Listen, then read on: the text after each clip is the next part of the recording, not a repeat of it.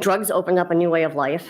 I listened to the Grateful Dead on records, panhandled for my food, hung out under bridges getting high, hitchhiked with friends, and traveled wherever the road took me.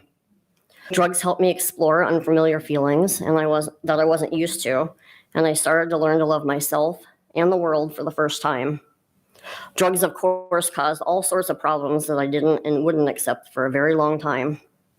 Marijuana turned into meth into heroin, and worse yet, I now had another addiction.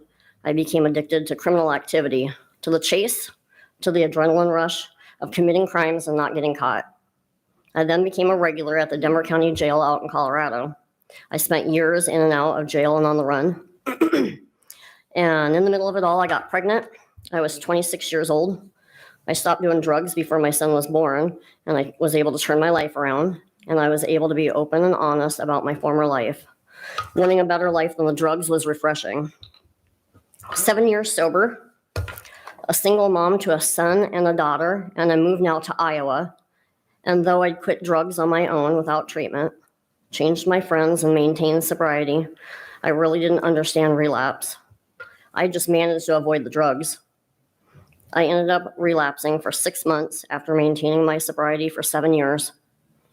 I honestly am not completely sure why. Things were good. I had a house and a job, and my 2 kids and I were building a life. I guess I thought I could control it. Just one time. I thought it was in front of me for the first time in 7 years, and I didn't say no. I talk about my first relapse like this. I saw the lions at the end of my gate, like 2 concrete statues on either side, and then I freely let them walk in. I thought I could control them. I thought I could put them back after I was done. In those 6 months, I tried to balance and control the drugs and raise my 2 children. I had gone from wanting to party one time to I was in trouble. And in a moment, one weekend, with the lies that the drugs told me, I thought life had gotten too unmanageable and too hard. DHS and my parents got involved, and my world got turned upside down. The loss of my 2 kids and battling the courts and DHS was devastating. The termination hearing didn't just leave a scar, it took a part of me. It brought with it a label of shame and judgment that forever held me in a state of sadness and grief. Through it all, I bonded with the one person who had sat alongside me, getting high and helping it all fall. This would eventually be the man that I married. We stopped the drugs, but turned to alcohol because I couldn't manage the pain and loss of my 2 kids. When we drank, our worst sides came out. He would scare me and I'd run and hide. In the morning, when we were sober, everything would be all right. I really didn't see this as a warning sign because he hadn't actually laid hands on me. Plus, it only happened when we drank. I guess part of me was also getting comfortable in my pain and sorrow, and I was willing to live that way just so I wouldn't have to go through this DHS stuff alone. Every night, I wanted to drink and drown the pain and loss of my kids, but every night brought very little relief, and every morning still came. I kept their pictures on every wall. Their rooms I kept exactly the same. When he and I moved to a house together in Ames, I set each of their rooms back up again. I put every picture back up on the wall. I put their drawings on the fridge, and anything that had the word mom, I put where I could see it. For years, I left it all set up as if they would be back, but they never were. I remember so many great firsts, great memories, but what I don't remember is the first time I became truly scared of him, the first time he drugged me or threw me, the first time our boys tried to get Dad off of me, the first time I lied about my bruises, the first time I avoided family get-togethers so my bruises weren't seen, or the first time someone asked me if I was in an abusive relationship.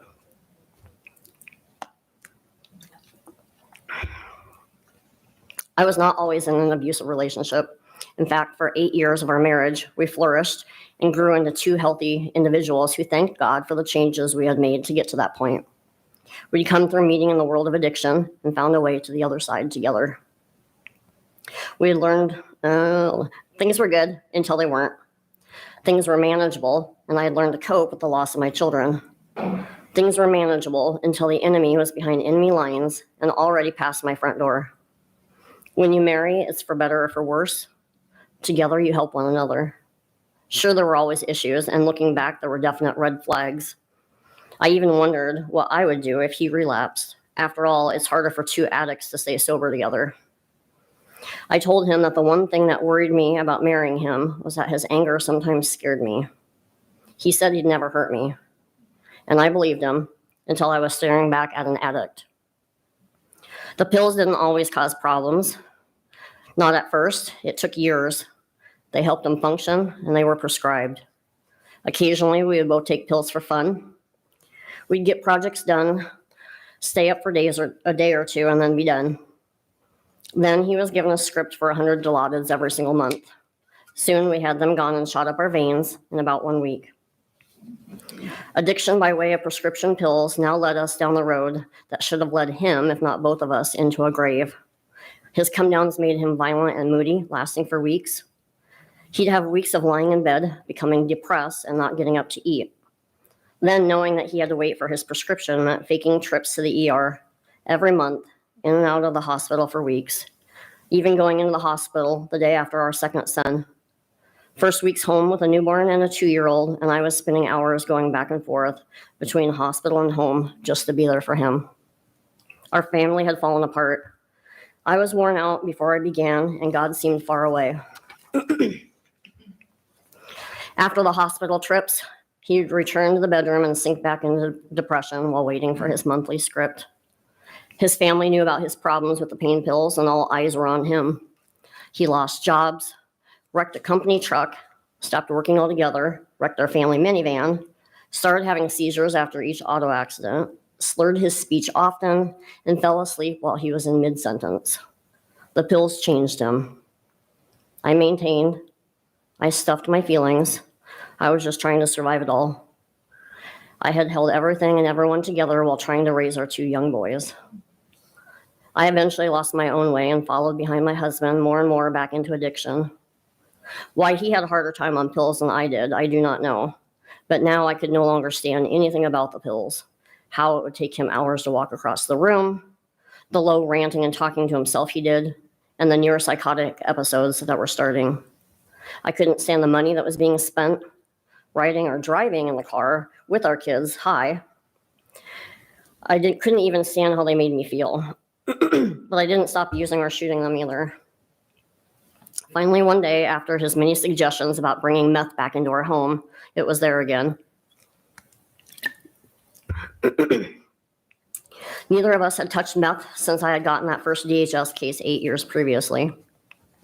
He was finally out of depression and stopped retreating to sleep for days in the bedroom, and we started doing family things again. For a time, he was shooting the pills and the meth together. That's what should have put him in his grave. He finally got noticed by his doctor for being high, and they took the pills away. So we'd finally gotten him off the pills by using meth, but we both knew the outcome. Meth would take it all. Meth would also cause my husband to finally lay hands on me. But somehow, again, we thought we could control it. I believe that for myself and my husband, that with every relapse, especially after long periods of sobriety, that our brain chemistry changed more dramatically. My husband started becoming physically abusive to me 8 years into our marriage. Long days and nights of overwhelming thoughts plagued him, and he spent days away from his family. I was so lost, and the drugs made me lose my hope and happiness. DHS got involved, and 2 more kids were collateral damage to addiction. It was all one big giant nightmare. It didn't even matter anymore about getting the boys back. My husband had had a dirty UA with his PO, and unless we were both staying clean for DHS, we barely stood a chance. He wasn't even trying, and I'd find drug paraphernalia lying around sometimes moments before DHS arrived. DHS started asking questions about my bruises, and they were getting harder to cover up. I had tried to save my marriage, tried to save my family, and I had to walk away to save my own life. On April 10th, 2018, my husband strangled me and tried to kill me. I had fled to the backyard to a camper and locked myself in and called 911.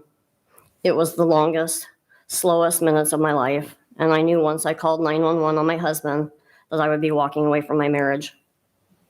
In that moment, I had to walk away with only the clothes on my body, leave my marriage and my children behind, and there was no one helping me navigate through any of it. I didn't know what the next 5 minutes would hold. I knew everything would be different now. I know some people don't understand why myself or anyone would stay in an abusive relationship. And that's because there is no understanding. It's deeper than the surface. It's not something comprehensible until you find yourself living it. And even then, it doesn't make sense. It's like I was blind to my own life. It took a single event to separate myself from my mess. After walking away from my husband of almost 10 years and another DHS case where our boys were ultimately taken away, I didn't know what to do. I struggled. I remained sober during the DHS case, but DHS became a losing battle for me. After legally losing the boys, I relapsed instantly and fell back into doing even more drugs than I had done before. My husband was now in and out of jail. When he was out of jail, I was too scared to walk or ride a bike for fear that any one of the cars going by was him. I was afraid to go out after dark. I had no direction whatsoever. I fell into relationships that didn't last and weren't healthy and struggled to get up in the morning. Never did I label myself as being in a domestic violent relationship. I didn't see him as an abuser. I saw him as my partner, someone I needed and someone who needed me. I thought we could fix us and go back to everything before the drugs, that he just needed someone there for him who truly cared for him. He was my husband, and wives don't ever leave their husbands, not for any reason. I hadn't labeled myself with anything up to this point, not even an addict. And I didn't really know what PTSD was, and it didn't occur to me that I had it until one afternoon I heard a baby crying out in the hall of my apartment. And in that one moment, panic and terror overtook me. My chest got tight, and I was not able to breathe or listen to the crying without bursting into tears and falling to the ground. I had neighbors on one side of me who'd fight, and their 5 children would wait in the hall while their mom got thrown around. I could hear it through the walls. I wanted to help. I even tried one time, but I walked away from those kids and went to cry in the corner of my closet, holding my ears, rocking, and talking to myself, trying to stay calm. I had tried to manage on my own, realizing that I saw firsthand how my trauma and the abuse was affecting me. I closed the curtains and patio door in the morning so I couldn't hear the kids or see them getting on the bus. I turned the television up when I thought I'd hear kids in the hall. I wasn't able to watch TV where kids were getting hurt without bursting into tears. I stopped going to the store, stopped eating, didn't work, and avoided public places because in my world, I had to pretend that there were no children anywhere. I had found unhealthy ways to manage my PTSD, and drugs only intensified and prolonged the emotional trauma I wasn't dealing with. I realized I was making my life worse by stuffing the trauma and not dealing with it. I decided that even if my children were separated from me and not in my care, that I'd work myself back to a healthy me and hope that someday maybe I'd see them again. I would put one foot in front of the other, get sober, and start living again, for me and for them. I then had a heart-to-heart with the man upstairs, set my intentions, and set off to do some hard work.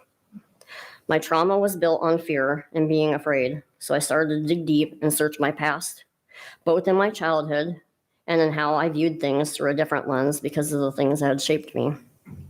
My trauma has shaped me, and I realize I still have work to do.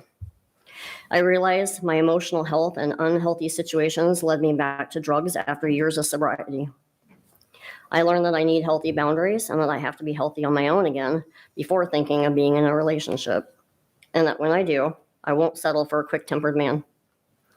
I've learned that drugs destroy lives, and that using drugs played his hand in me losing 4 beautiful children and causing some of my PTSD. I learned that the devil plays hard for me, and demons are real, but that God is greater than any enemy. So I started finding resources in the community to help me. I got on some medication to help with depression and anxiety, and I started getting healthy in mind, body, and spirit. NAMI, National Alliance on Mental Illness, was one of those resources. I started taking classes at NAMI Central Iowa because they were free. I took in-person classes and then Zoom classes as COVID changed the way we lived. I plugged myself into any and all free workshops I could find. I now advocate for Access, which is the domestic violence shelter, and shared my story at one of their fundraisers. I volunteer at the Martha's House of Hope, which is a home for pregnant mothers and their new babies. and I serve in the nursery and the 2 to 5-year-old room at church. The thought of holding a baby brought me so much pain before, and now I love it so much again. So much amazing healing has taken place.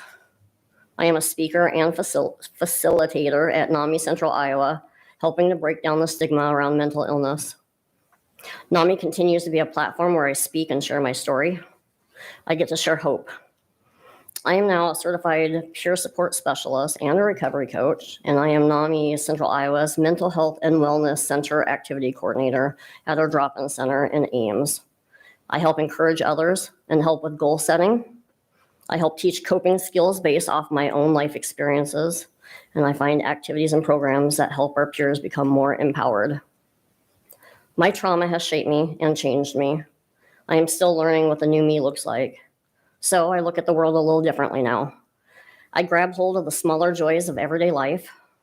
I sit in my garden trying to catch butterflies, and I pet bumblebees. I pick wildflowers so that I can cover my home in things that make me smile. I paint on random feathers I find, and my latest adventure has been actually getting over the fear of spiders.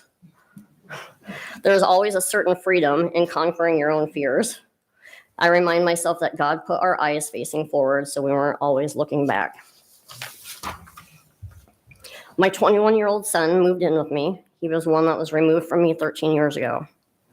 My 17-year-old daughter and I are so very close, and my relationship with my parents continues to be healed. I am now legally divorced, and I have a cute little place with my own art studio in it. I never thought I'd see 13 years later that my firstborn would come home, and if I wasn't sober, that opportunity would have been lost. I have not seen my younger boys in more than 4 years. Drugs damage families, and drugs are never God's plan. I look at the world a little differently now. My boys are still with family, and they're being raised in a wonderful Christian home.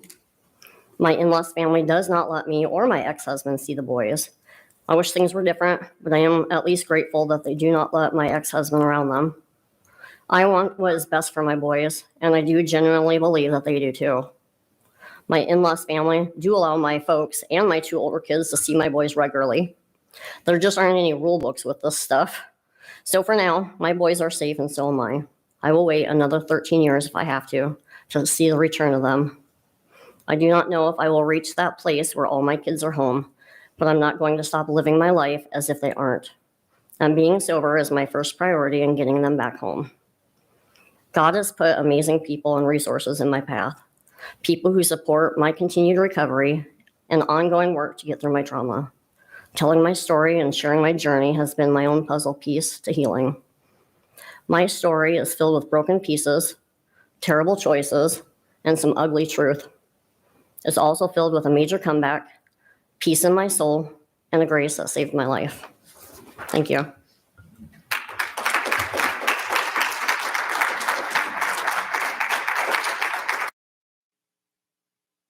Good evening. I'm Tasha. I'm a longtime born and raised resident here from Ames, Iowa.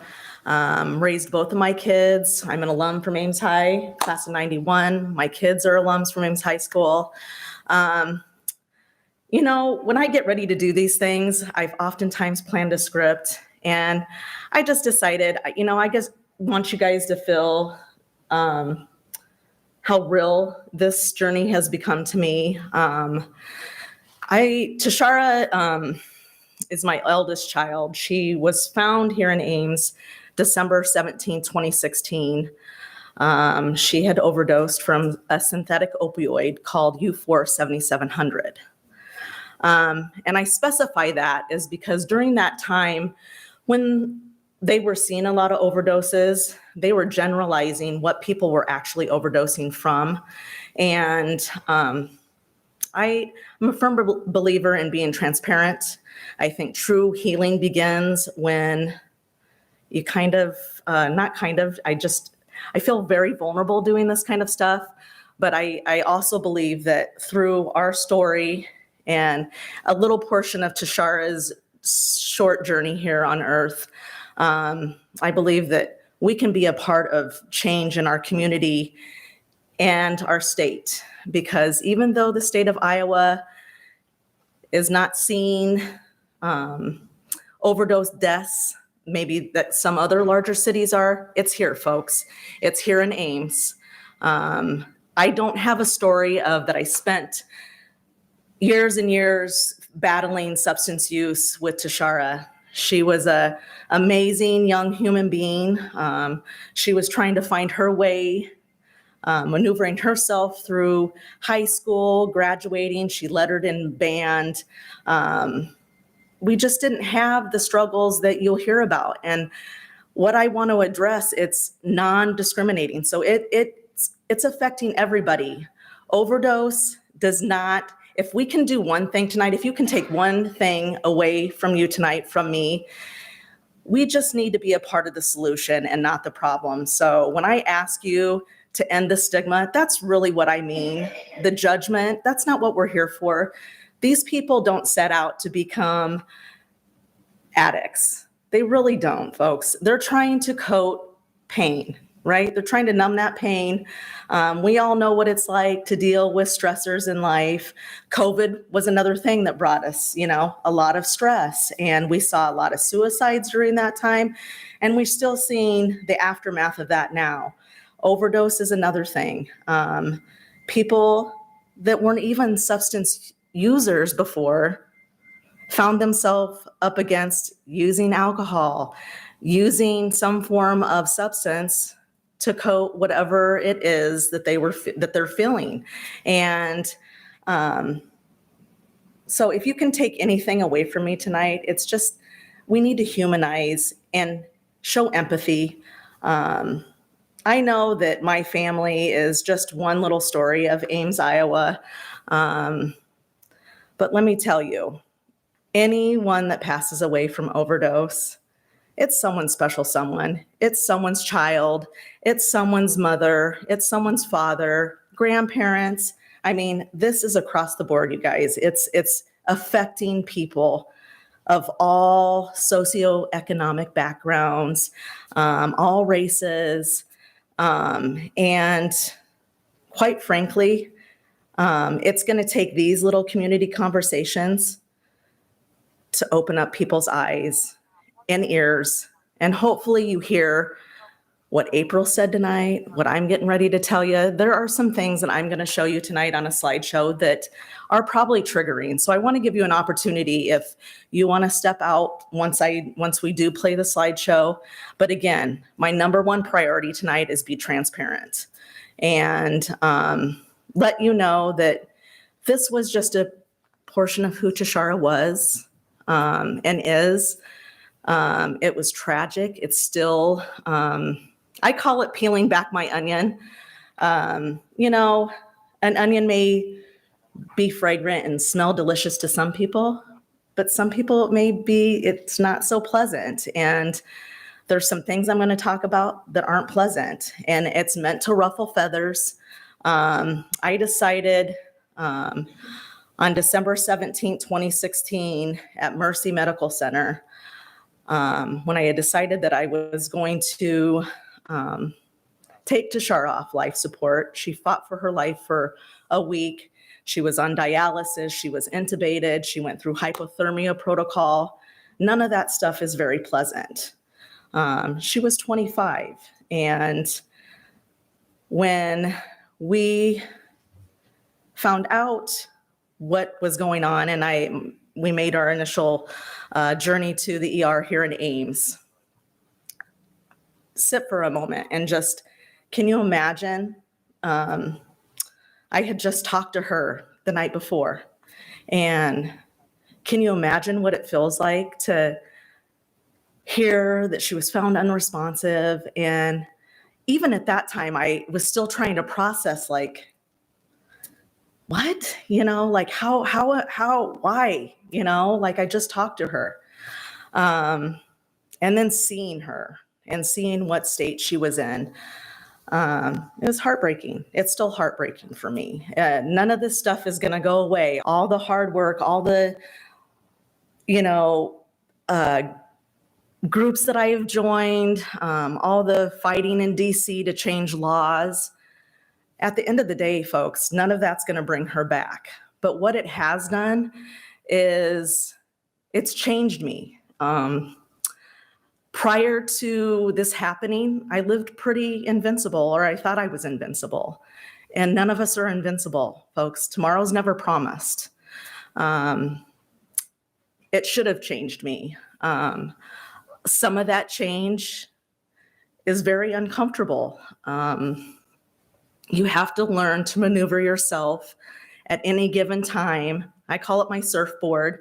It's called the grief surfboard. And I can just be sitting at work and something reminds me of her, whether the clock strikes 10:01, her birthday was October 1st. I think about her. I see the color green. I think about her. I look at my son, he was 16, when she was found. And he was the first person that he was told that his sister was found. That's hard.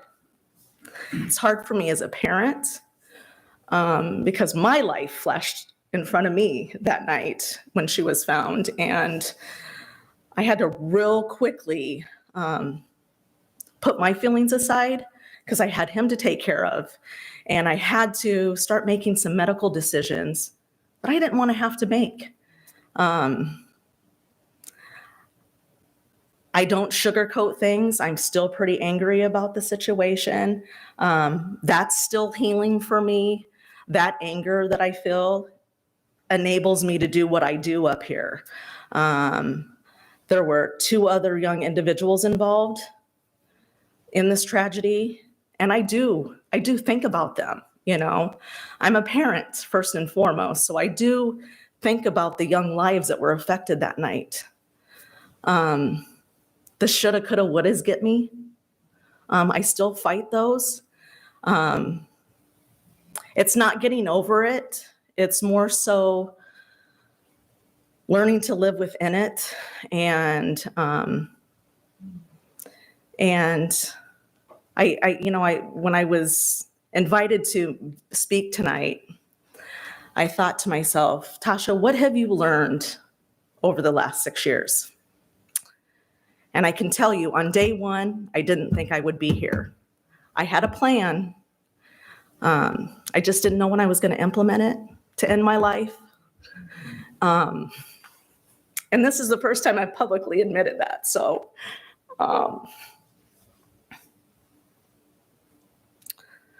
it's been hard. It's been really hard. I am very grateful for my community, though. I have to tell you, a lot of the mama warriors and families that have embraced me, that I lock arms with when we do things like this, maybe haven't got the same response that I've gotten from my community. It's because of the city of Ames. It's because of Ames Police Department. It's because of Community and Family Resources. It's because of Voices for Non-Opioid Choices in Washington, D.C. All those folks that are part of those programs, they saved me. They made me more aware of maybe, my English teacher, I'm going to take you back. My English teacher always told me, you're never at a loss for words, Tasha. And she's right. I was very talkative in school, had a gift to gab, probably got in trouble a few times because of it. But I was just sharing with someone that during this process, I remember very vividly, I was down at Mercy and I had to step away. I didn't want to sleep because I thought that she needed to hear my voice. Tashara needed to feel me. But then there was also a side of me that wanted everyone else to get their time with her too, right? But I knew that I had some big decisions I was going to need to make, and I was going to need to get some rest. So I remember dozing off in the family room, and I had a very vivid dream, and it was Tashara talking to me. Now, mind you, I had mulled around what my plan was going to be. I just didn't know how I was going to implement it. And I really did think, my mind was telling me that my son would be better off without me, right? That I had failed some way, somehow. And maybe I did make mistakes. I had Tashara when I was 19. No one gives you a blueprint and says, this is how you be a parent. This is how you be a good one. Our journey, it was me and her up until I had her in 91, and then I didn't have Devon until 2000. So it was just me and her really toggling ourselves, me as a single parent and her as an only child at that point. Just trying to do the best that I could to make sure that her journey, she got to where she wanted to be. And so I do feel at times that I maybe have failed her. I was a very, I think as single parents, our households were probably pretty much similar to a lot of your guys' households, maybe. I think as a single parent, at least for me, I felt like I needed to be overly protective. I needed to be her friend, right? Because I was 19 and it was cool to be, I wanted her to trust me, right? And I wanted her to be able to, if she found herself up against something, I want her to be able to talk to me and more importantly, share with her things that I had done at her age, I don't know how I'm standing before you all today because of some of those things. I've had my own challenges and thank God today I can stand before you and say that I've made it so that I can talk to you about her life and our life since 2016. And what during this vivid dream, you guys, I heard her real clearly say that, Mom, we've got to do this. We've got to do this together. We've got people to save. And guys, selfishly, it's like, why did it have to be her, right? Like, I still think that way. Why her? Why me? But being on the sidelines and doing nothing was not an option for me. I knew that I had to jump in, and I had to jump in with both feet. It's what works for me. It may not work for everybody else. And again, I've had such an amazing support team. Like, I don't know why they chose me to invest their time in, but they did. And I'm so, so very grateful. Tashara struggled with her mental health. And I think that's what it really boils down to. That evening wasn't about her partaking in anything criminal. It was about how she was feeling inside. And that's the only thing that I can truly believe that's why it happened the way that it did. And it was supposed to happen. You're probably thinking I'm crazy right now. I just feel that we have a purpose. Each of us has a purpose. And I truly believe this happens to be my purpose. And the last 6 years have taught me, number one, it's not about being perfect. It's about being more present. Present not only in my kid's life, but present in my life, showing up for me finally, being the fighter that the little girl Tasha needed back in the day. And so what I've decided to do, guys, is fight this horrendous opioid crisis that's in our country. I decided that my pain was actually going to be my armor, and all the way to DC. There's changes that need to be made in our criminal justice system. There's changes that need to be made in ending the stigma and silence surrounding overdose and substance use disorders. There's nothing wrong with these people. They're just like the person that you're sitting next to. We're all just human beings trying to do the best, right? And so I guess really what I want you guys to know is that, if you find yourself up against something like this, don't feel, I know I'm probably preaching to the choir, but honestly, there's help out there. There's people that want to help.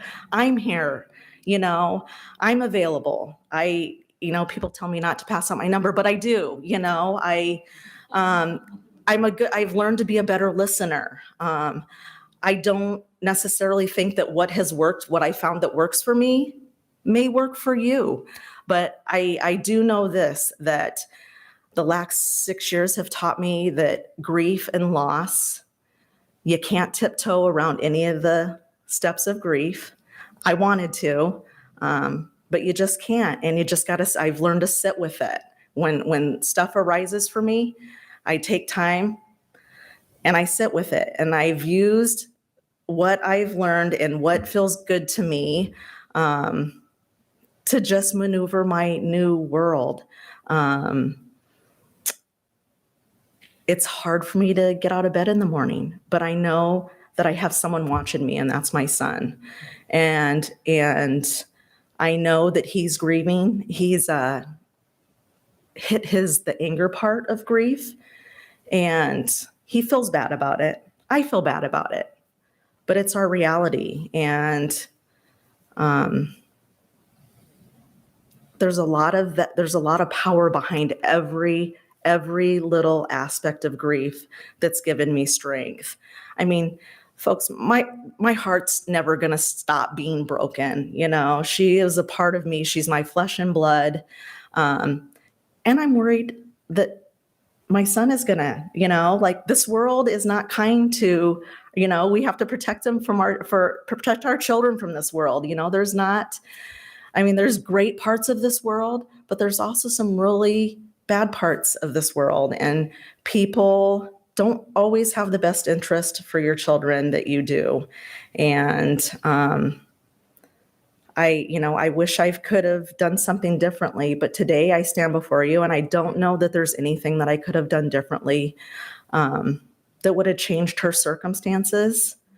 I just know that I can change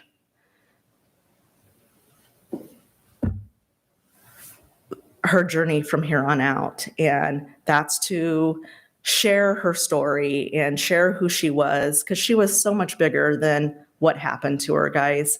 But I do feel obligated to really talk to you guys about what's here in Ames, and that when this all happened, we're talking about kids from Ames High School.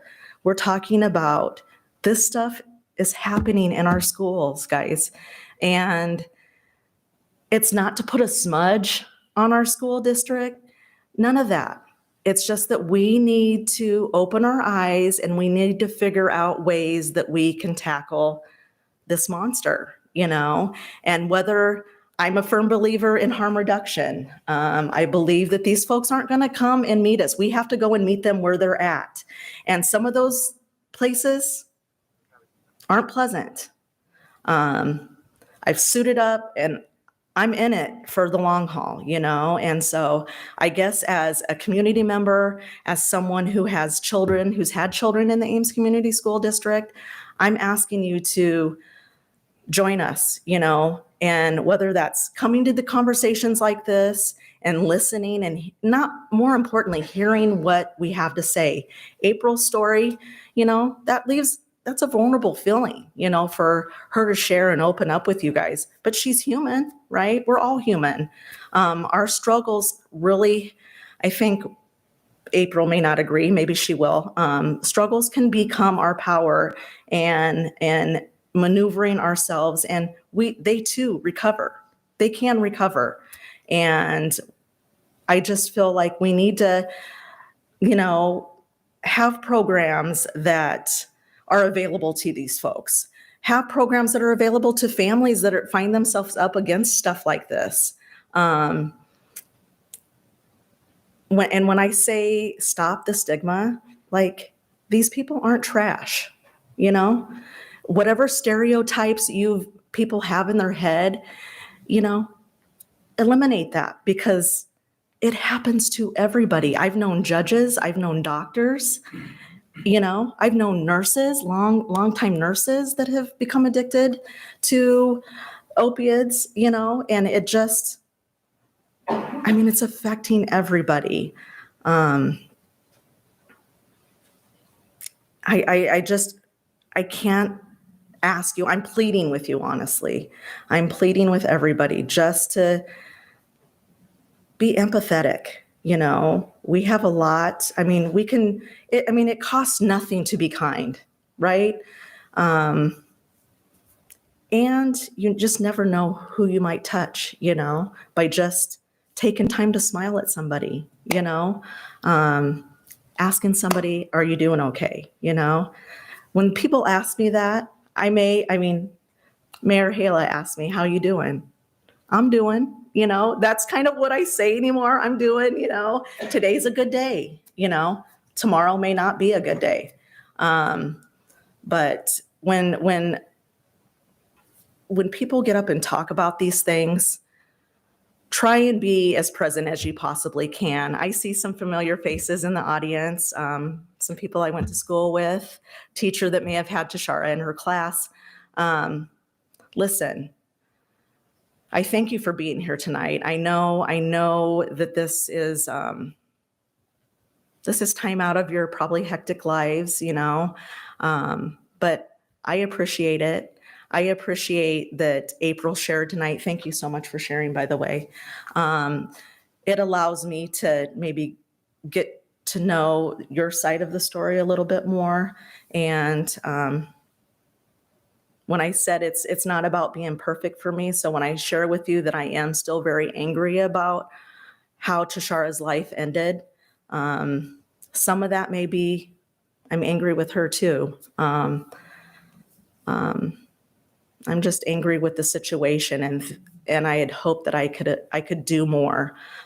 So what I've really tried to do is involve myself. Community and Family Resources has truly been my link to making sure Tashara didn't die in vain, keeping her memory alive, whether it's the billboards that they, you know, the initiative that they did, or that they have done. I mentioned traveling to Washington, D.C., and that's addressing our federal insurances, so our Medicaid and Medicare insurances, making it so that they have options. So they have options on alternative forms of pain management, because oftentimes, folks, what we're seeing is addiction starts right in your own medicine cabinet. And it's, if you're not using it, get rid of it. There's all sorts of drug drop-off places. And if you don't know, ask somebody. They're there, I promise you. And if you don't want to drop them off, get a hold of me. I'll drop them off for you. I'll come and get it. CFR does put packets together. We do have a solution that breaks down some of that older medication so it doesn't get into the wrong hands. Just be more mindful, you know, about, you know, if you're post-op surgery and you don't use all your pain pills, or be an advocate for yourself. You know, it's okay. I mean, you don't have to go with what the doctor says. And so I guess, folks, what I'm really just trying to say, I can ramble. What I'm really just trying to say is that, you know, it's here. It's here in Ames. It's here in our schools. Some change really needs to happen. We're losing people, about 200 people a day to overdoses. And the harder I fight, the more life is lost. So if you're willing to suit up with us, we sure would appreciate it. We hold an overdose awareness event every year. And I'm a firm believer that mental health and substance use go hand in hand. So if we can tackle the two of them and look around outside of your own personal space, there's so much need out there, and everything isn't just what you see on the surface. You have to peel back that onion to find out what's really going on. And you just may find out some of these people have a lot of similarities, right? And I'm here. So if you all need me, I'm a phone call away. People know how to get a hold of me. But I truly appreciate you guys coming out tonight and being present. Thank you.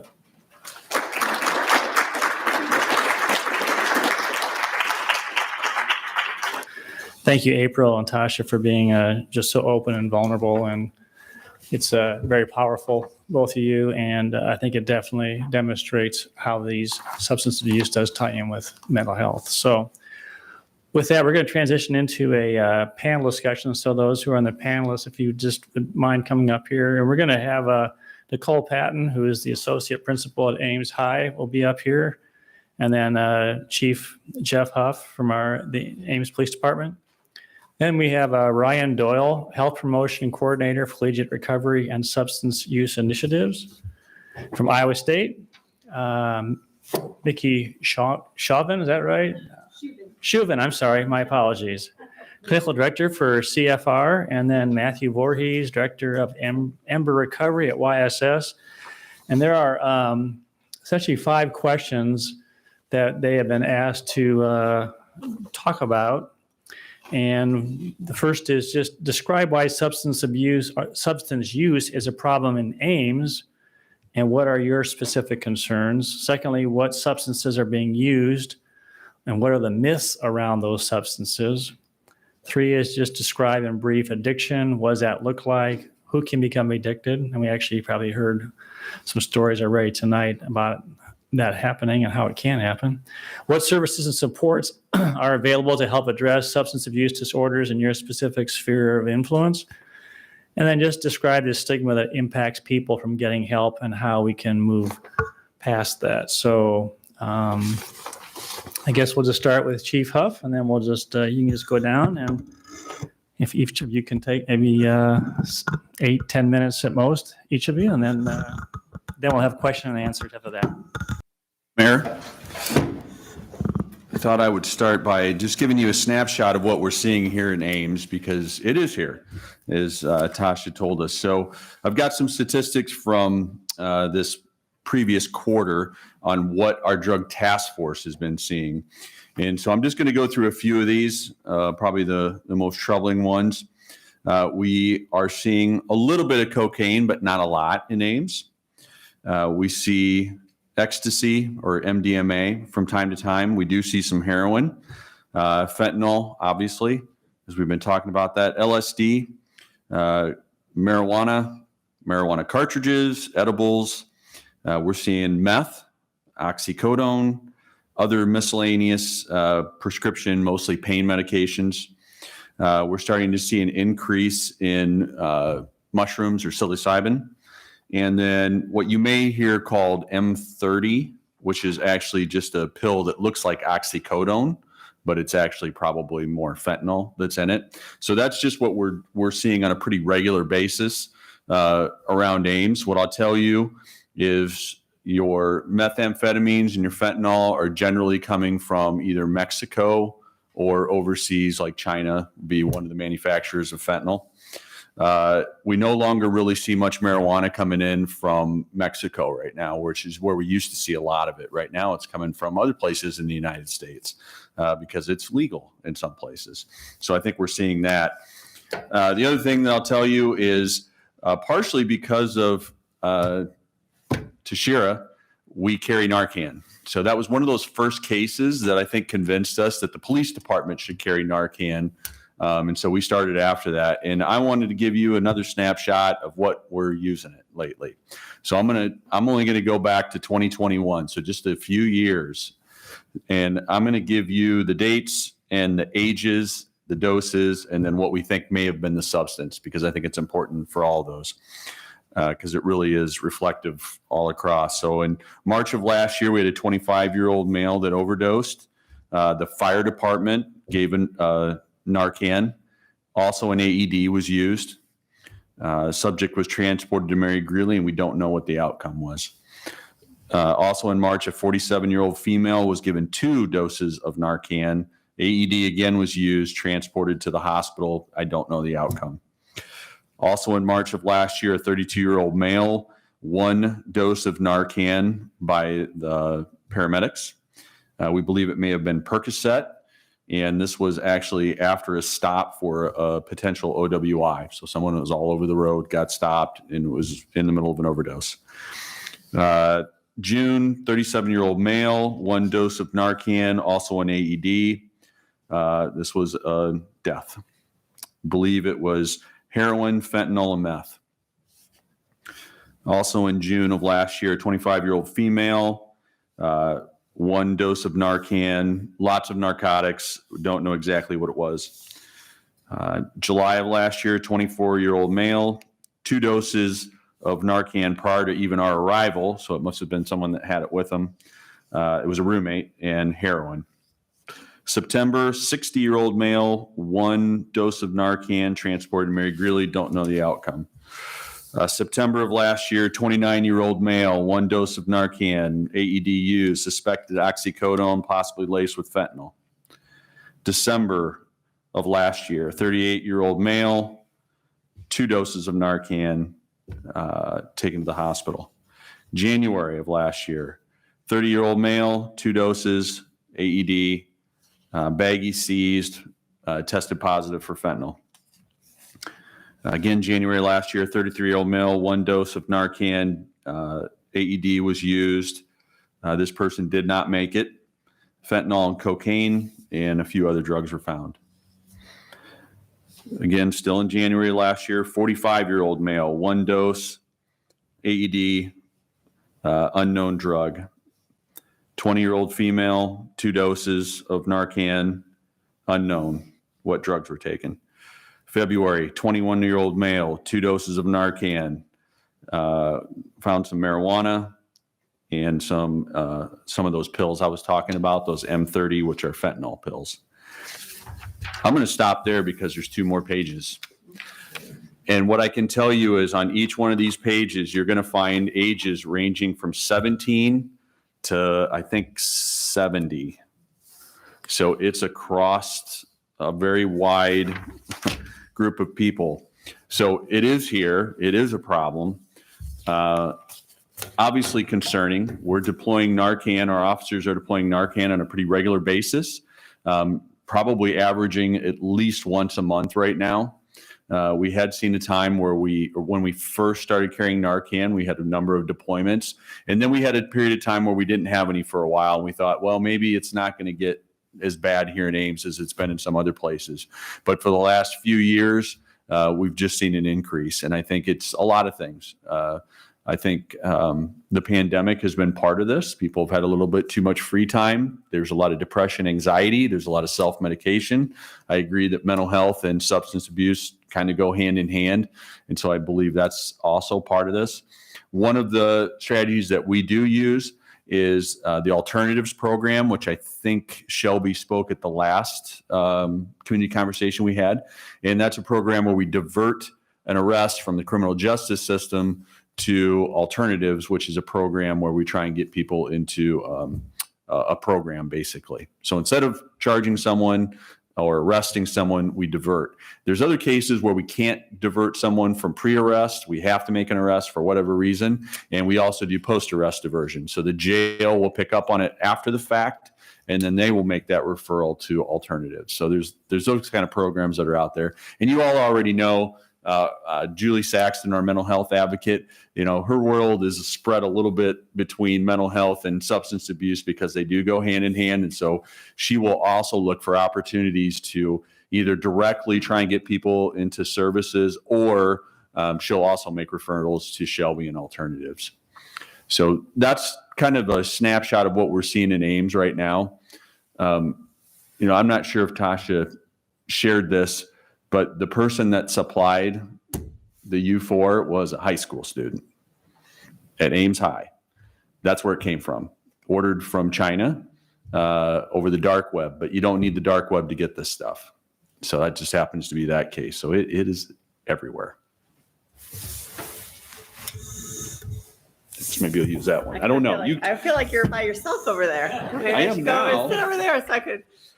So can you guys hear me on the microphone? Is it coming across? Okay, I'll come over. Yeah, Sorry.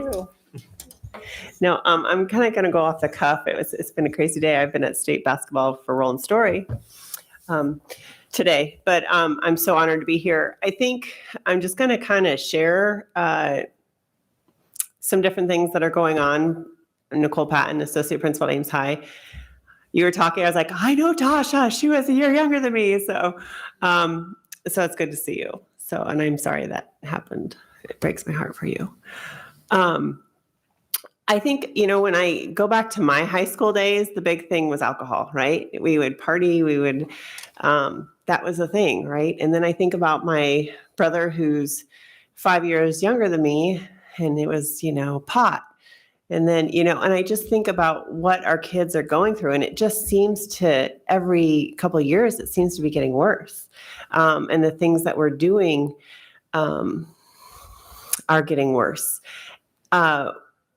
One thing I do see with kids, and it goes back to that resilience piece that we talked about a couple of meetings ago, or it might have been a meeting ago, and the resiliency, our kids want to quickly cover what they're feeling instead of work through what they're feeling. And so then they turn to drugs and alcohol. I see it in little bits of conversations I have.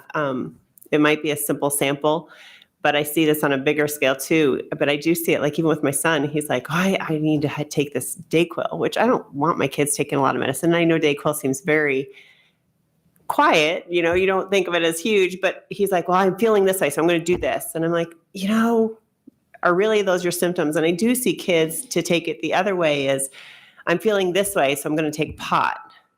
I have, if you go to Ames High, we do have marijuana. I find marijuana in kids a lot. I find the vape pens, not good ones. And so it's just really, it is an epidemic of what we're going through. I have kids high in the hallway. I call them out. And then we end up sending them home. But the crazy thing is it doesn't, it doesn't judge. Like drugs it can happen to anybody. And I think sometimes I'm thinking of two different instances, and I'm just going to walk you through them, I guess. I have one kid who goes to the bathroom all the time, high all the time, just want him to know he's loved, just want to know he's there for him, just want to know somebody's there for him, right? And then I have another child whose mother came up to me and said, it's okay. We know he does pot, but it's just for anxiety and we control it. I about fell off my chair. So we have that going on, and we have the kid, but here's the thing, that parent thinks they're better, right? No. And so until we really start seeing that we have an issue and there is a problem, then there's nothing we can really do to help that. I am a firm believer that every child needs an adult to go to. I don't care if it's my custodian. I don't care if it's my cook. I think some of you might have heard me say that before. Every child needs to feel loved in my school. Every child needs to know that they're welcome to my school, and I want them to have a contact of somebody that they trust. And that's super important for me. The relationships, and I tell our staff all the time, the relationships that we have with our children is one that can help them possibly get out of trouble or not make bad decisions, right? They need to know they have an adult, because not everybody has those stellar parents that are always there for them. And so we can be that support for them at school. So Ames High does have a drug problem. We're not going to shy away from it, but it is something we need to work on. Sad to say, we are not alone. As I talk to other administrators across the state of Iowa, they are seeing the exact same things. So when people say, oh, Ames has really kind of gone downhill, I'm like, well, I've talked to the Waukee principal and I can let you know what he says too, right? So it is all over. It's not just us. And we do need to start working towards helping our kids get that grit, get that resilience, to be able to charge forward with some of their emotions and feelings that they're going to, right? So I think that's all I'm going to say right now on that. I think it's you. Awesome. Thank you. Can everyone hear me okay? Okay. Well, it's a little loud. Thank you. My name is Ryan Doyle. I work for Iowa State University. I oversee a couple of programs there, including our Substance Use Initiatives program, which has to do a lot with our substance use prevention on campus, policies and work we do around that, as well as a community we have for students in recovery from addiction. So we have a community on campus. We have peer support meetings. We have services on campus for that. And I oversee both those programs. I want to first of all thank the city for having this. One of the things that I think is most important about fixing a problem is talking about it, and this is not a popular problem to talk about. If you know anything about the university, we have potential students come, we have potential parents come. Not a lot of parents want to bring their kids over to the table talking about recovery. Don't want to talk about that. It's not a thing they're going to need. No, thank you. That's not my kid. It's easy not to talk about it. It's easy to say, well, that's not me. I don't want to think about that. I don't want to hear about it. But that doesn't do any good to fix it. So a lot of we have some of the questions here. I kind of want to really start with that education, that talking about it, because I think that is really, really critical. People don't talk about it. And when you don't talk about something, it's usually because there's a stigma about it. And I don't think anyone in this room is surprised to hear there's a stigma about substance use. One of the things I find it very important to do is anytime I get a chance to, and when it fits, I always like to mention, I have a credentials what I do, but one of the things that also is a credential for what I do is I'm a person in long-term recovery from addiction. And I didn't until I started working and I was lucky enough to go to academic conferences where I heard people say that when they didn't have to. And there's a reason for it. It gives a person who has not seen what recovery can look like an example of what it could. That's not I am what recovery looks like, but I am a person in recovery. And that idea that it could be anyone sitting next to you, absolutely. And that's part of it is also like a lot of what was shared, the really courageous stories from both April and Tasha tonight was that it is, this is something that does impact all of us. And what Nicole was sharing about that what students, that idea that, they don't always understand why maybe potentially they're using a substance because we don't always have the conversations of what is substance use look like. One of the substances, and I've only heard it shared a couple times in passing, the substance that we see a lot of the actual harms from, most deaths in Iowa, most treatment admissions, most hospitalizations in Iowa, actually is alcohol. The most common substance use disorder is alcohol. Most common reason why people are going to die early or die traumatically or die in a car crash are all going to be alcohol. It's not a popular thing because that's a very easy thing, and many people can drink without addiction impacting their lives. So it's not as I think it's sometimes as scary as some of the other substances, but it's one that often doesn't get talked about. We see it a lot in the university. I'm sure people all the time, they think, oh, college students drink a lot, and believe it or not, that impacts the students themselves. We ask the students, what percentage of your peers do you think drink alcohol? And the students' response, their perception of their peers was 97%. They thought 97% of their peers were drinking. It's about only 80%. So there's about 1 in 5 students their entire time at university that never drinks any alcohol ever. That's 1 in 5. A fifth of our campus doesn't drink alcohol. Now, that is very surprising to most students and usually to a lot of adults I talk to. They really do assume every college student drinks, and that's a stereotype. That's this idea that, of course, and it has a problem because if I'm a college student and I'm drinking, well, I have to drink. I'm a college student. If I'm drinking a lot, that's okay. I'm drinking a lot. I'm a college student. I can using other substances. It's not that big of a deal. And this idea of marijuana or other substances becoming more. If it just seems like, well, everyone's doing it, then it becomes easier for people to justify their own use. And looking at the actual facts of who is using and who isn't. I meet many students that don't think that marijuana can be addictive. That's a very, very common first thing. I don't have an addiction. You can't get addicted to marijuana. It's the second most common reason why people in the state of Iowa go to addiction treatment is marijuana. I think this definitely does need to be talked about. I think there's a lot that doesn't. One of the things that I found very interesting was a report last month from the Substance Abuse and Mental Health Services Association. They're a federal agency, does a lot of great research. 94% of people with a substance use disorder did not receive treatment in the last year. And if 94% of people were walking around, broke their arm and were just decided that's the way their arm looks from now on, we'd say there's a problem with medical literacy, that people aren't going to the hospital and getting that treated. But when 94% of people with substance use disorder aren't receiving treatment, that's where we're at. That's our reality right now. So talking about it, I think, is the number one thing. I just want to first, that I think is the most important thing, and then sharing about it and making sure that people hear from it.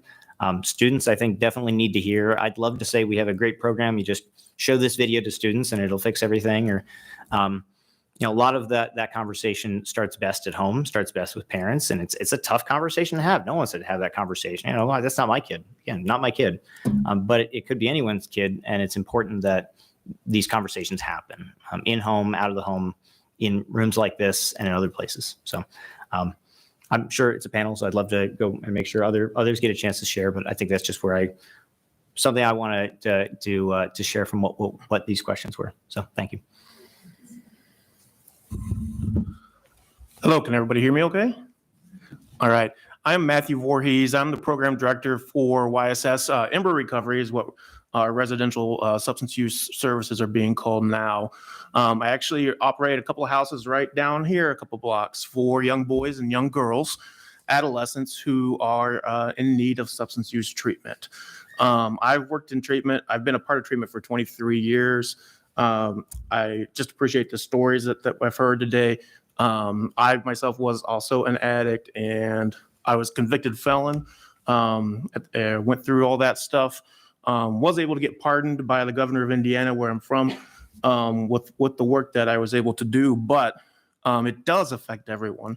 And, the kids that we see, we deal with ages, I don't know if I said 12 to 18. The kids that we see come from every kind of background. It doesn't matter. It doesn't matter at all. They come from homes that are together. They come from broken homes. They come from, well-off homes. They come from poor homes, and everywhere in between. And I do agree. I think, Tasha, you were maybe talking about this, but it's, they have a hurt. They have a pain. There's something going on in their heart that they're needing. You see the kids running around, and they're running around the community, and they're being crazy, and they're doing all the stupid stuff, right? And it's really easy to get super annoyed by them and look at them as just scum or whatever. I think people do that, right? But those are kids, and they need help, and so that's what we get to deal with every day. Those kids who have come to us for help and kind of been forced there a little bit. There's a little bit of desire they have, but we're trying to nurture that in them when they, at this age, right? The desire to change. They're kind of in that pre-contemplative state, at that time. And it's a tough battle. And, at YSS, we've really invested a lot in the family connection. And so building recovery through relationships, through connections is really, really important. And so we really try to do everything we can to engage the family, siblings, moms, dads, grandma, grandpas, whoever's involved in their life, and get them there at the table, because we don't, for adolescents too, we can be sometimes seen as a dumping ground. Like, I'm just going to dump my kid because it's their problem and not my problem, right? I'm tired of this. And we don't want that. That's, we need to work together as a family. And so we really believe in that quite a bit. What we're seeing, we're seeing a lot of marijuana. I'm glad marijuana has been mentioned so many times, because it's a big problem for our adolescents. And the message that they're hearing, of course, everywhere, is that marijuana is okay. Marijuana is going to be legal everywhere. It's going to be just fine. And so they're using it. And unfortunately, for the adolescent, our brains don't fully develop really until age 25 or so. And in their developing brain, marijuana really impacts the growth of that brain, really hinders a lot of things, hurts their memory, right? Hurts their ability to function. And sometimes they're using it for stress and anxiety. And what does marijuana actually end up doing? It causes more stress and anxiety, right? And that's the lie that, of course, all drugs tell us quite a bit. We actually had to deal with a overdose not too long ago for us that involved Ames PD, and thankfully that individual survived, but that was really tough. And our kids, they go out. Sometimes they run. Sometimes, and they'll be out on the streets, and it's so it's scary on one hand. And Ames is not a bad city at all. I think it's the same kind of town as almost any other kind of town, right?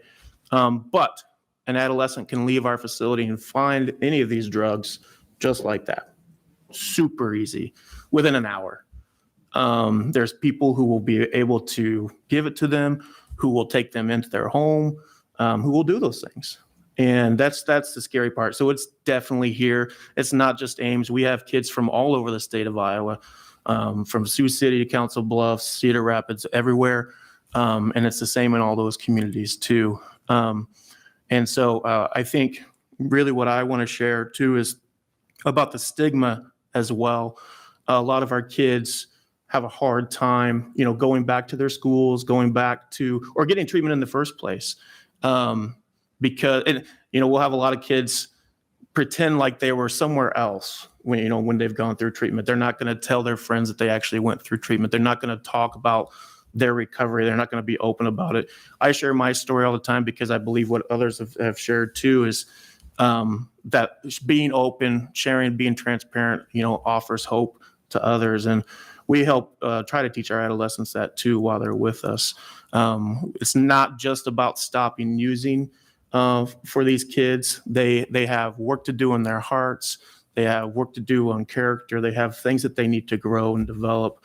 And so we try to tackle all of that while they're with us at YSS for sure.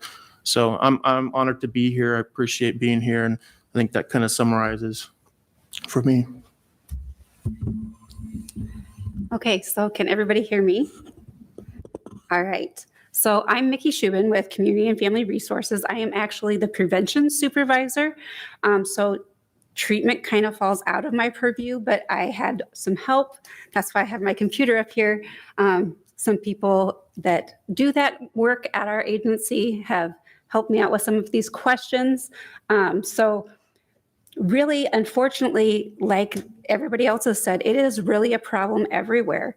It's not concentrated in bigger towns or smaller towns, or it is everywhere. And substance use disorders that are not treated can affect every facet of someone's life, their physical health, their mental well-being, their families, their relationships, all of that stuff can be impacted. So one thing that I hope that you take away from tonight is that treatment is available, people can recover, and they can end up being very healthy human beings. Like YSS was just saying here, the person needs to deal with the things that have made them turn to substances, and then healing can begin. So really what we see with Community and Family Resources as far as substances that are used in the Ames area, like Ryan said, alcohol is number 1, marijuana is number 2, and methamphetamine is number 3. So opioid use is also on the rise. It's very, very powerful. We also have illicitly manufactured fentanyl. As you've heard from our speakers, it really is one of those drugs that just destroys everything. We find it cut in with cocaine, methamphetamine, opioids. It can be put into anything. Fentanyl can be laced on any other substance. And a lot of times, the person doesn't even know that it's there. That's why it's so dangerous.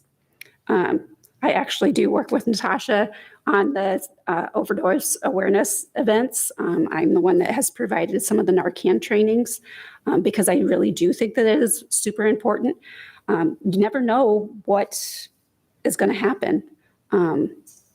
Some people do get addicted through prescription medication. Once those prescriptions run out and they can no longer get it from physicians, they turn to illicitly manufactured drugs. They could go to heroin, which has similar properties or makes them feel in a similar way as an opioid. And then, if they get the wrong pill that is laced with fentanyl, it can turn out really, really bad. So I'm really honored to be able to help with Natasha's journey and her fight. Just making sure that we get everybody we can to be carrying Narcan. It's nothing that's going to hurt anybody else.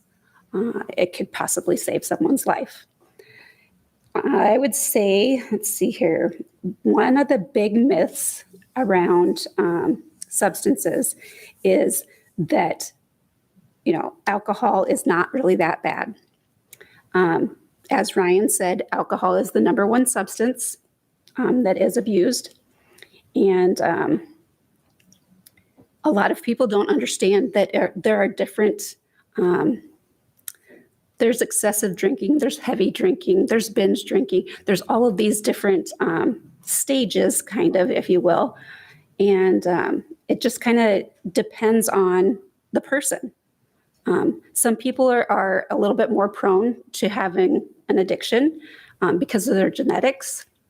So, if that person has that predisposition and they go to college and they drink, or they go to work right out of high school and it's a career that maybe notoriously has a 12-pack after they get off work, the addiction can build a lot faster. It just depends where you're at on that spectrum. Let's see here. So looking at addiction, what does it look like and who can become addicted? Anybody. It can look like the person next to you, like Natasha said. Really, it does not discriminate against any sort of race, ethnicity, gender, age, background, any of that. A person that develops a problem with substances, like I said, it can be due to somewhat to genetics.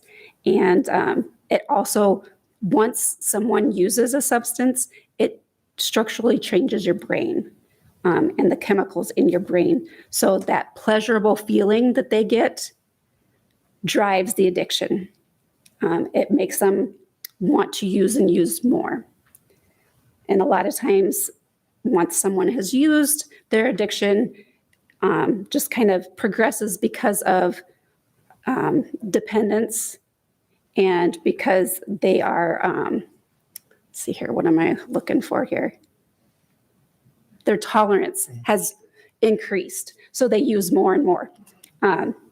So making sure that people know about treatment services and about, all the great different resources there are out there, like Your Life Iowa. You can look up on Your Life Iowa and find any different kind of drug you want to talk about. You can locate where it has warning signs, symptoms, all of that kind of stuff, all on yourlifeiowa.org. So that's a great resource. Talking to anybody that's up here is a great resource. But if you want to do it on the anonymity of a computer, Your Life Iowa is a great option.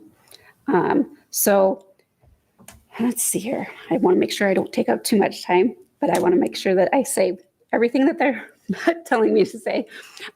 So basically, treatment works. We use evidence-based treatment, and that's available at CFR along with other agencies here locally. Treatment ranges, from a variety of different things. It could be from detox or withdrawal management all the way up to, outpatient treatment. I know YSS has treatment facilities here in Ames. Our residential treatment service is in Fort Dodge. We also have a small adolescent unit that's called STARS. So in Ames, we actually have like the medication-assisted treatment, and we have outpatient services where people can come to groups and have individual counseling sessions. So there are also things such as AA and NA that are a great way to help peers, have peer help. And then there are recovery services also.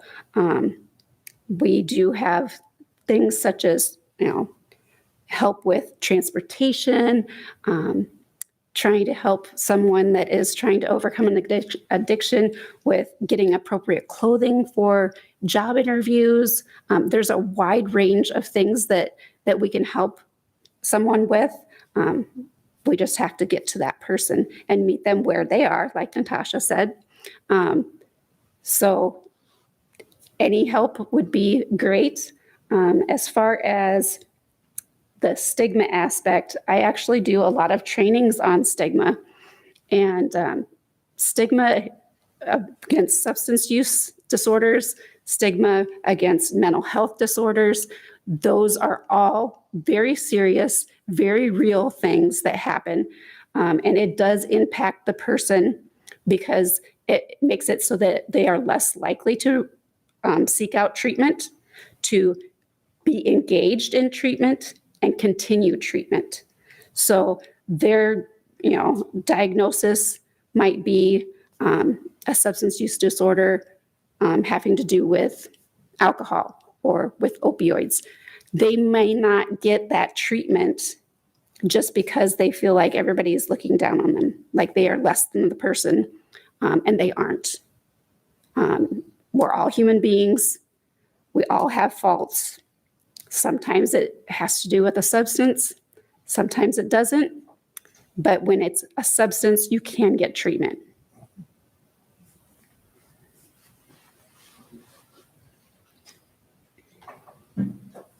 While you're walking up, I just want to mention. There it goes. That we have a drug drop box down at the police department in the public lobby. It is open 24 hours a day, 7 days a week, 365 days a year. So at any time of the day or night, you can come down. It looks like a mailbox, but it's white. And you can just drop whatever you want in there, and we'll make sure that it's disposed of. So any unwanted, unused medications, we've even found illegal substances in there before, and that's fine too, because we'll get rid of those too. So it's always available. Thank you, panel. I wrote down a number of questions, but I want to first see if there's anybody in the audience that has any questions for the panelists. And I'm going to repeat the question so we can make sure it gets caught on our recording. So if you can go ahead and speak loudly, and I'll repeat the question. Or Deb's going to be our mic. So if you don't mind, go ahead. Deb, I think just over here. Yeah, because what I'll do is we are recording this, and so and just good news is our other sessions we've had previously were recorded, and we've seen anywhere from I think 200 to 400 views of those already, and this one will also be recorded. It's on the City of Ames website. It's also, I think we probably can put out some information on how you can access it, but so we're just thrilled that so many people are availing themselves of the of this resource. So please go ahead. Okay, so I went to Ames High. I was born and raised here in Ames. So things have definitely changed from when I was in school and having those talks about drugs and alcohol. I'm actually a student at the University of Iowa, a graduate student studying social work. So we talk a lot about policy in schools and how to address mental health and drug addiction. There's some schools in Des Moines that have implemented Narcan in their school districts at different schools. I'm wondering if that's something Ames has done or is considering doing or having in the nurses station. Currently getting trained to be able to do that. So I forgot to mention that. I actually told him, I was like, hey, I forgot to say our nurses. She came up to me and said she is working on being able to get that in our school. Lady on the end, you're the it's not in order, it's over here. So you were talking about how there a lot of consequences of drug addiction and how it affects people emotionally and all that jazz, especially their families. Also, you've mentioned that this fentanyl stuff can just be on anything too. It's anything, anywhere. The cross-contamination factor is phenomenal. Jumping from that over to the chief of police over here. You guys mentioned that you had found drugs that were laced with fentanyl as well. Also mentioned that it was tested and found to have fentanyl. Was that external or internal testing process? So you're asking, do we do testing at the police department? Yeah. So it's both. So we have preliminary tests that we can do to try and identify at least a class of drugs, but when we need something tested, we generally send it down to the DCI lab for kind of a second check to do that analysis to make sure that we know what we have. Yeah, well, the actual test strips, I looked into this a while ago. I was really mad about it, but testing for on a consumer scale, test strips are actually illegal to possess. It's in some states they've actually made it legal, but not here in Iowa.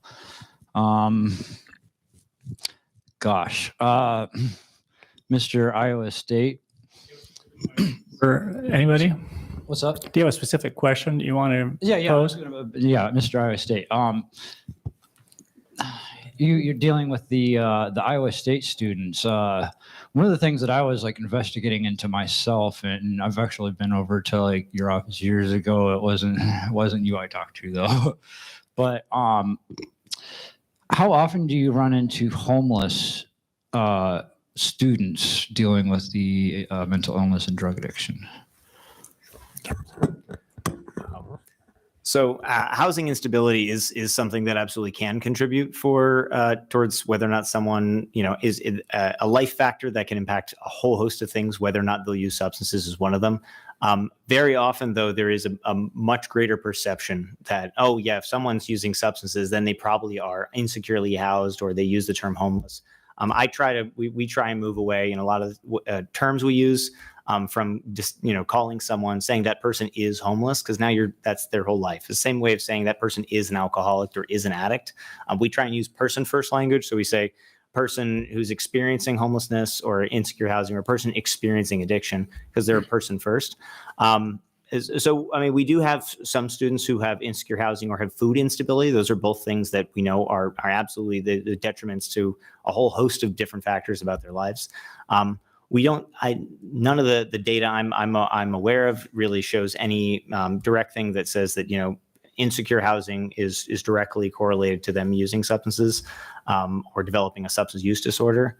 But there is sometimes there's a problem with that perception, because then if someone says, well, if I have secure housing, then I probably am not, I'm not a drug addict. They'll use terms like that. But, if I have secure housing, I'm probably okay. I still have a place to sleep. So it can't be that bad.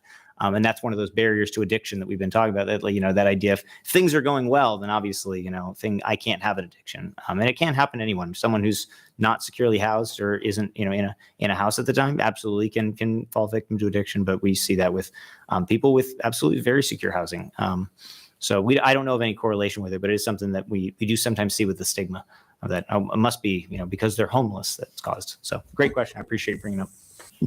Yeah, I had a question about the Narcan too. Like you were saying, you're training nurses at school.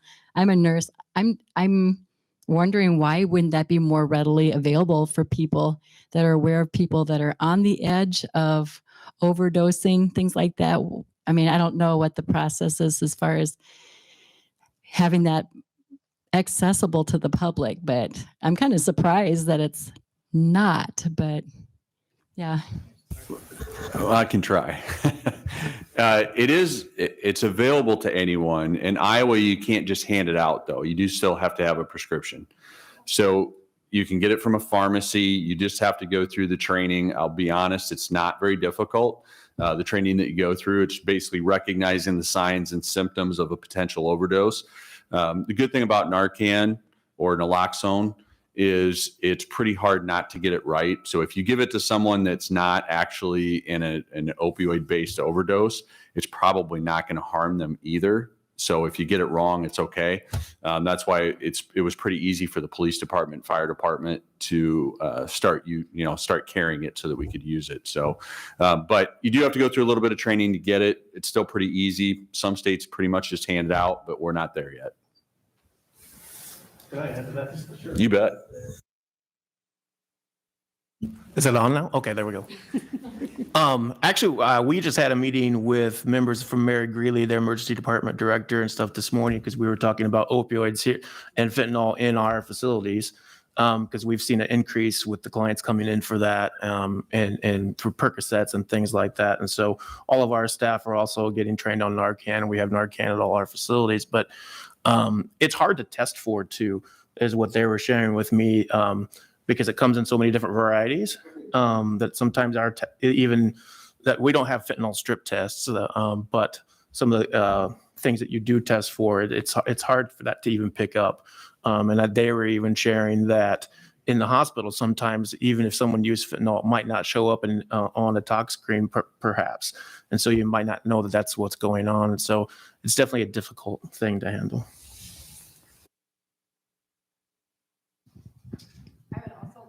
That with Community and Family Resources, we actually have the state opioid response grant. So I do have community trainings that I do. Like I said, with Natasha, we do the Overdose Awareness Day. I have trained some of the Ames school staff. It is available for schools to have now. Like he was saying, for each of their buildings, they have some. So there is a sheet that businesses can fill out, or schools, to have 5 boxes of Narcan. There's 2 doses in each box at each location. So I can help with that. I also, like I said, provide the training. And it really is not very hard at all. Basically, you just have to sit and watch the screen for a little bit, half an hour, 45 minutes, so that I can explain, the signs and symptoms and what exactly to do.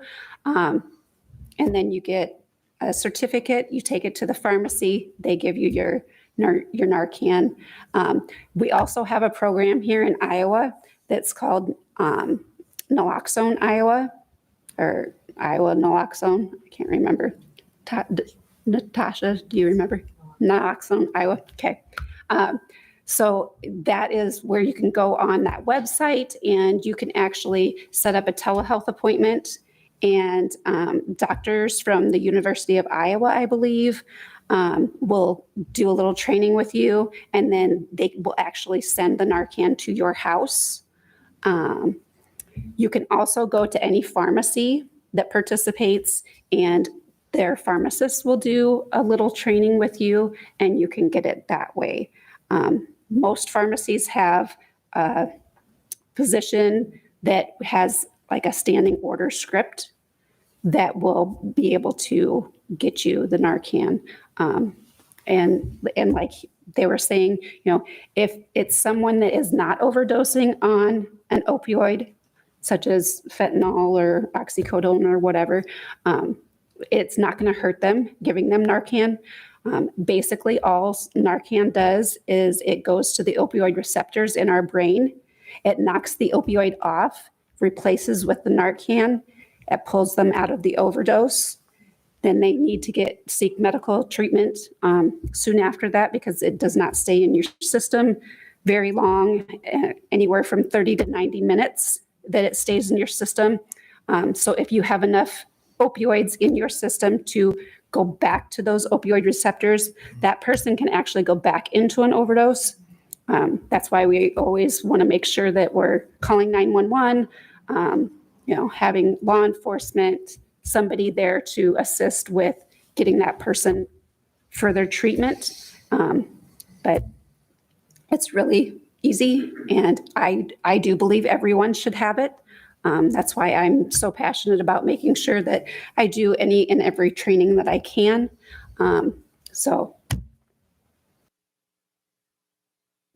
In a discussion that I was having with our executive director for Community and Family Resources, Michelle Della Riva, she meets with the governor's office, our attorney general. One of the things that I had found in my research that I'm always kind of picking her brain is Narcan accessibility, and accessibility that goes along with ending the stigma. These folks aren't going to walk into a pharmacy to get this stuff. I mean, I'm just going to put it out there. It's great that that's where we're moving, the direction we're moving in. I think I had mentioned to Michelle, I see Indiana has got these vending machines, and it is being discussed for the state of Iowa. We seem to be a little bit lagged here in Iowa on urgency. And I don't care where you sit politically. This is a bipartisan initiative that needs to have more attention drawn to it. So that's kind of what I'm working on this year. I don't know what fight I have up against me in getting it here, but that's kind of what I'm seeing. If Indiana has it, I don't understand why Iowa doesn't have it. So. Okay, my name is Doug Pepe. As a former, as a person who uses drugs and a person with lived experience, I guess I just have a question for the panel to expand on. On the one hand, this is treated as a public health issue, while on the other hand, this is treated as a coercive, punitive criminal issue. How can that be reconciled? Thank you.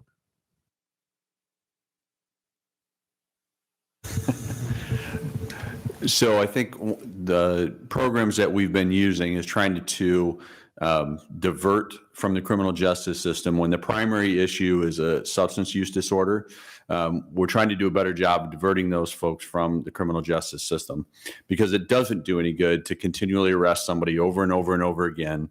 They're not getting help. They're not going to get help. So our program is called Alternatives. And so in that way, when our officers encounter people who they believe probably have a substance use disorder of some kind, they'll try and divert them on the front side if they can. There are times when we can't do that. There has to be an arrest. There's maybe been a victim involved, whatever. But that doesn't mean that on the back end or on the jail side, they still can't do a diversion at that point. Get them into a program. We've dropped charges in the past, reduced charges in the past, all those kind of things to try and get people out of that cycle of being arrested and really not getting the treatment that they really need. I actually just wanted to share my experience with actually trying to get Narcan, because after taking the overdose awareness thing, I had my certificate, and before that, so Jim Davis from the jail diversion program, him and I were both actually working on something, and he had, back when I was in the jail diversion program, he took me to the pharmacy and I asked them right there on the spot, and they said that I could get Narcan, and they ran it through Medicaid, and I was told that anybody on Medicaid can get it one time once a year. But I will tell you that after that, I got to a Mary Greeley doctor and got stigma. She kept accusing me of being a drug addict, and she didn't know my past, but I'm convinced that that was in my file as a prescription that was on my record. So what I'm hearing all this awesome stuff, and I think Narcan, Jim Davis wants to carry it, but we're not getting any confirmed answers on which pharmacies. Pharmacies, I've been told that they don't carry it on hand, so they can get it, but it's going to take a while. And I've had pharmacies, several of them tell me that, and it's been the same, that they just don't have it on hand. So I mainly just wanted to share that. For Ames area, New Cara Pharmacy is the one that we use. We direct our people that we train to them because we actually purchase the Narcan, and then they keep it until our people that we train need it. So New Cara Pharmacy here in Ames should have some on hand. If they don't, please let me know so that we can get some more there. Okay, so I'm going to go ahead and pose a question for the panel, and that is, Nicole, you mentioned that there are issues, and I think that everyone's here wants to help.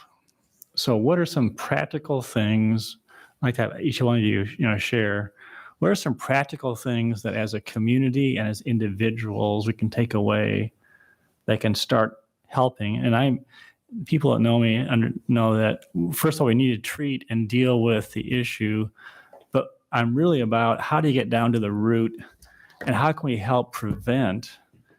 We need both, but I'm just thinking, and I just took a couple of notes. You mentioned that kids, I think you said kids cover what they're feeling versus dealing with what they're feeling. Is that right? I was trying to write it down fast. Anyway, and they need to be loved, welcomed, and they need one adult they can go to, which I found interesting, was that I was privileged to be part of the school district strategic planning session that went on here recently. And there's a student there, and he said, every student needs to have one adult. Boy, that sounds like a very similar situation, but help everyone understand, what can we do to try and help those who may not have an issue yet, or who do, what can we do to help? I think it's everyone can answer that question, not just one. Right, well, I guess I'll just real quick. I'm a big start with a why. Why do we have that behavior? And so when we look at the behavior, We need to understand the why behind it, right? I don't know all the different things that the children are going through, but I do know that they need somebody, and I do know that they need access to be able to have the help that they need. That's why I think when you think about drug addiction and alcohol addiction and all that stuff, a lot of it is with mental health. And so that's why at Ames High, we're really trying to really focus on that now. Bonnie's in the audience. She's my go-to person at Ames High. When we have a crisis and a kid's in a crisis mode, I'm always like, hey, have you met Bonnie? But we also have those counselors that come in every day of the week from a different counseling center, just to be able to help those kids, right? I think a few of you have heard me say that. We just think it's really important to understand the why we're having behaviors, because they do it because they're trying to escape something, right? And so instead of being able to have the grit to be able to walk through it, maybe they don't have somebody to walk through it with them. And that's why I think that one-on-one person is really super important, to be able to have that person on their side no matter what, and non-judgmental, and just to love on that child, I kind of used it. After I said it, I was like, oh, geez, I made my son sound really bad there. I wasn't trying to say like he's on DayQuil all the time like that, but I was trying to say like it starts simple and then it can escalate, right? But I find that our kids don't have the grit and the resilience they need to be able to deal with things. So then they find that easiest thing. And sometimes that easiest thing is the parent's cupboard of alcohol, right? Or it's the student that I have dealing drugs in my school. So like, that's where we just really need to be able to help students understand the why they're behaving this way and be able to help them. And I do think a lot of it is with our brain health issues and what's going on and what we need to do and what we need to work on, and some different strategies. So what can people in the audience do to help? You really put me on the spot. I am. I just think we just got to love him. our arms wrapped. I know. I think we're searching for everything we can. Right now, we're looking at a brain health room for kids to be able to go to. We find out that I need support, I guess, if I call and say, hey, I need support, I just need you to support me. Because there are times that I just randomly call people in the city and I'm like, hey, I need help with this, and they help us out.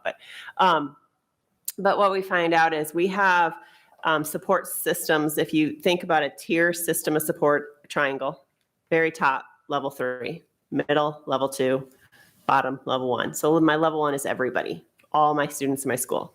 My level 2 are kids who probably need those counseling during the days, that kind of thing that's going on. Level 3, I have a TLC room that's really for my highest kids in needs who have come out of a recovery, come out of rehab, come out of like any kind of thing. They're my tier 3 kids.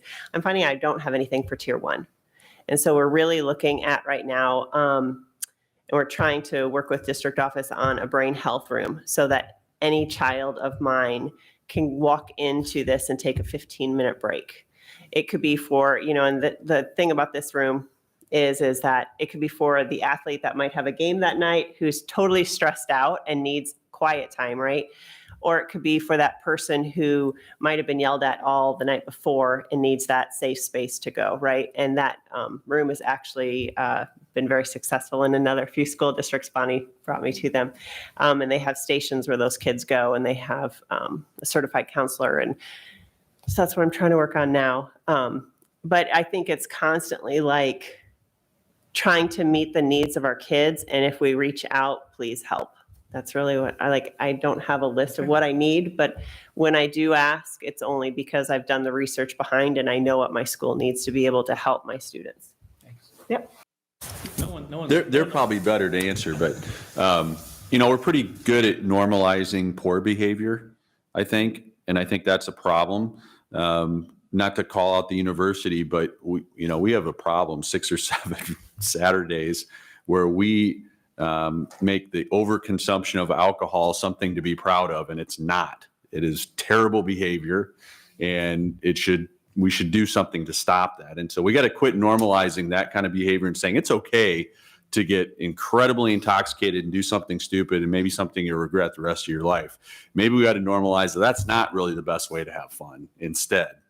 So that's what I would offer, at least at this point. And I will say, briefly touching on that, one of the things we have been working on, and there was actually, and that the city was a great partner in, is we did an event called Cyclone Welcome Weekend, which was intended specifically to address some of that energy that goes into the drinking culture during certain times. We're looking at some options of expanding out substance-free alternatives to try and channel energy, because you can't just tell, a lot of them, hey, don't be excited, don't be happy to be here at college, but how can you do it in a way that keeps you safe?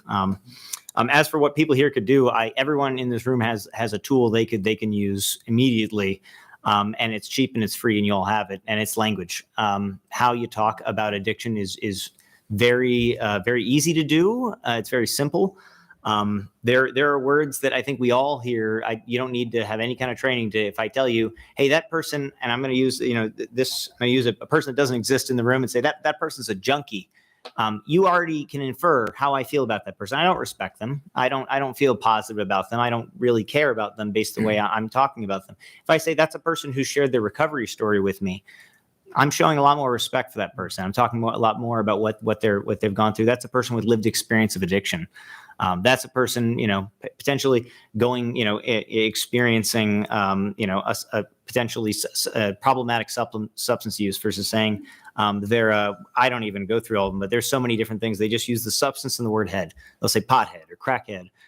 These are really negative terms, and a lot of times we don't think about, because oftentimes, well, they're criminals, they're bad people. That's a lot of times what goes into our heads. And when people hear those terms, and usually when people who work in the recovery field hear people using terms like that, they automatically know the person that's saying them is probably not an ally, not someone they can go to for support, not a person they would feel comfortable sharing if they, and sometimes it could be their own family members. Hey, I wanted to share with my family member that I was, struggling to control my drinking, but I know how they talk about those stupid drunks. And they'll use terms like that. And you know what? That's not a safe person to me to share with. And if I don't have people to share with, I don't have an adult or someone to connect with, I'm less likely to get into recovery.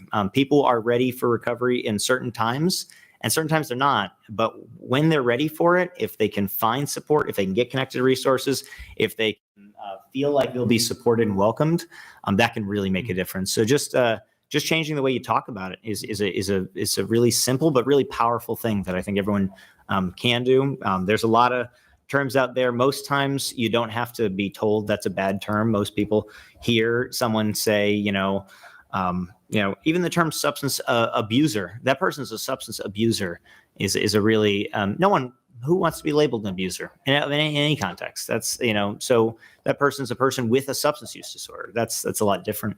And it telegraphs to the person how we feel about them, the way we talk about them. So that's a very simple thing. Everyone can do it. There's a number of resources out there about it. I think I remember one off the top of my head. It came in a cool little bookmark form. It was called A Dictionary, and it had some great terms and some alternatives to use. But for the most part, I mean, you don't need to go through the whole list of them to know that there's terms out there that kind of show that you don't care about that person. And showing you care and showing support is really critical, especially for people who are living with addiction. So, Ryan kind of stole a little two of my three things I was going to say, but sorry about that. One was just to expand on that a little bit. My two kids, when they come home, if they talk about that kid that looked weird or that kid was, that drunk kid or like from school or whatever, how are we having those conversations with our kids at that moment, right? Are we kind of echoing like, that's stupid, or like, are we being like that? Or are we redirecting that conversation and making it and having a positive conversation from that? And that's a really practical way.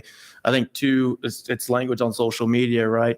What do you see stuff on social media, you see articles, or you follow the police scanner or whatever, and you're criticizing on there, what are you doing in there? Are you being a part of the problem, or are you, trying to be help?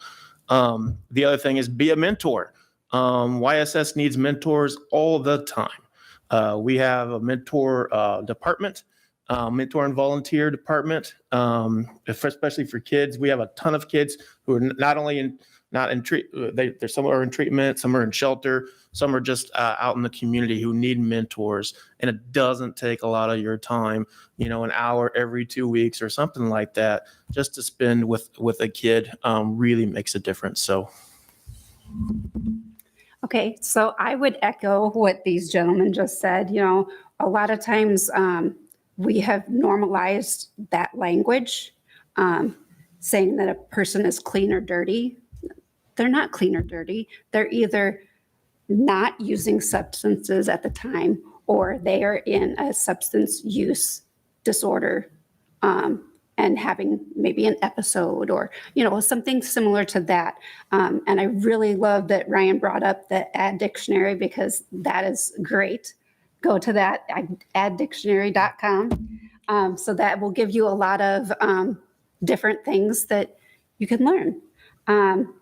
I would say making sure that we're using that person first language is super important. It can turn a person to either participate more or engage more in their treatment, or it can turn that person away from treatment. The other thing that I would say is utilize the drug disposal boxes. If you do not need that medication, get rid of it in the proper way. Take it to one of the locations. We also have drug disposal or drug deactivation bags. So if you've ever been to one of our trainings, you usually get one of those. But that's just a little simpler way to take care of it at home. You put the medication in there, you put warm water in there, leave it for a little bit, zip it up, and you can shake it and throw it away in the garbage. Do not ever put your medication down the toilet. Please, please take it to a drop box. I think Tasha brought up this. It doesn't cost anything to be kind.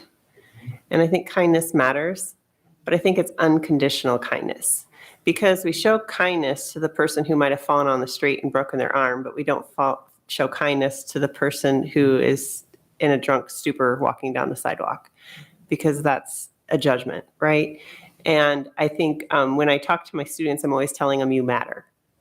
And I think people really need to understand that people matter, and it needs to be a non-judgmental kindness. Thank you.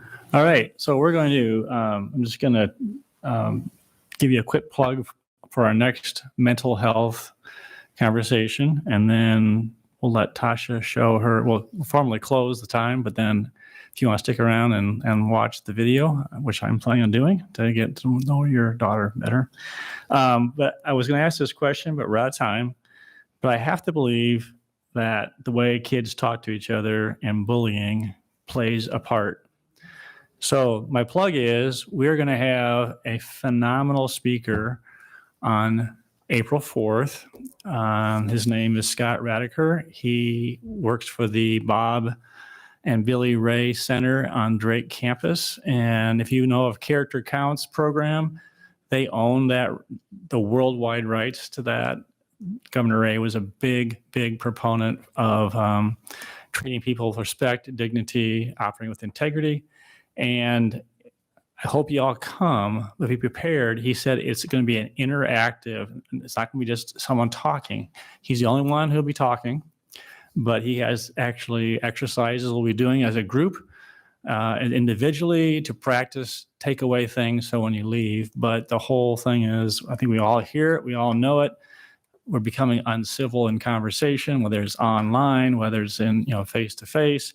And I think that's something that, will play a part in our mental health as well, too. So that is April 4th, same place, same time, 6:30 to 8:30. And all I'll share is when he has spoken, I can't take notes fast enough because of all the great takeaways. So please, let your friends know, let your family know, come, let's pack this place. I think it's going to be, and he's also a lot of fun to talk to. He's very energetic, unlike me. I'd probably say, oh God, shut up, would you? But anyway, the point is he's very energetic, and you're just going to have a blast. And he's become a good friend, one who really cares about it. And he does a lot of consulting, believe it or not, with legislatures to try and help them work together. So anyway, with that, if you have to take off, thank you for coming. If you want to chat with somebody, you're welcome to do so. But we're going to go ahead. How long is your video? Oh, 3 minutes. Oh, you all have to stay. You got to watch the video. Then you can talk.